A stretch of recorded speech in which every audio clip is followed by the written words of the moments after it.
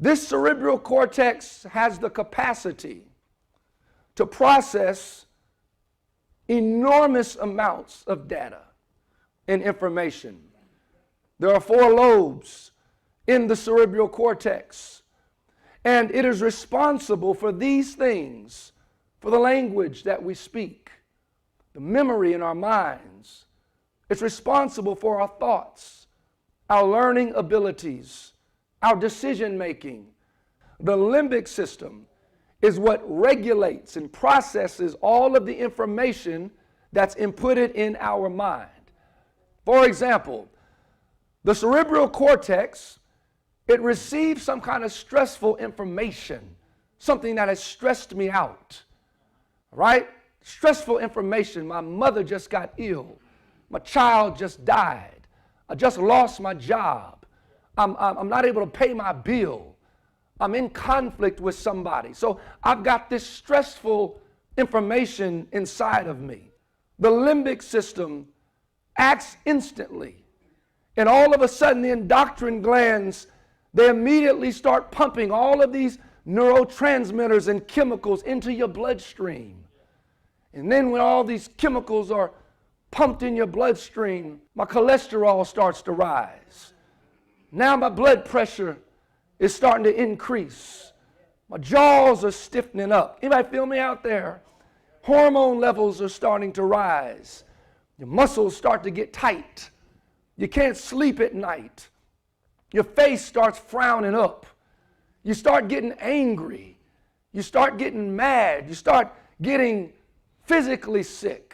If I'm stressed out, if I'm burnt out, if I'm tired out, how can I keep my mind stayed on you?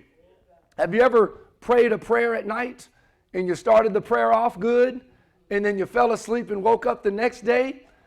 Have you ever had great intentions with God, but your mind keeps wandering? I've got to condition all of this area in my brain that receives all of this information. I've got to convert that thing to stay on God. I have to convert it to think on God. I've got to convert my mind to meditate on God. So this ensures when the storm comes, when life comes, the limbic system is not activated to send all of those neurotransmitters into my bloodstream to get me stressed, angry, and upset, because it all stopped with the cerebral cortex, because it's focused and conditioned to stay on God. You cannot afford to allow anybody to take your mind off God.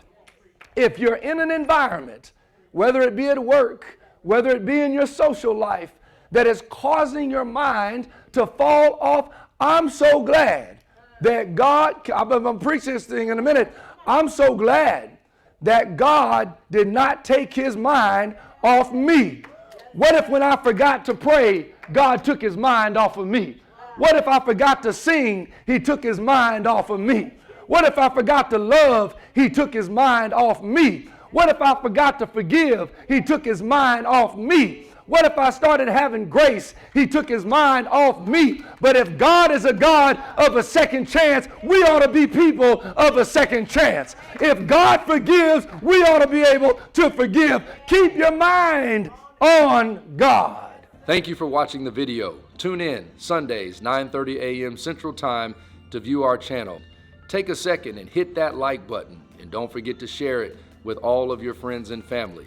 My name is Brandon Holt, minister to the Connect Church of Christ, and I look forward to meeting you. God bless.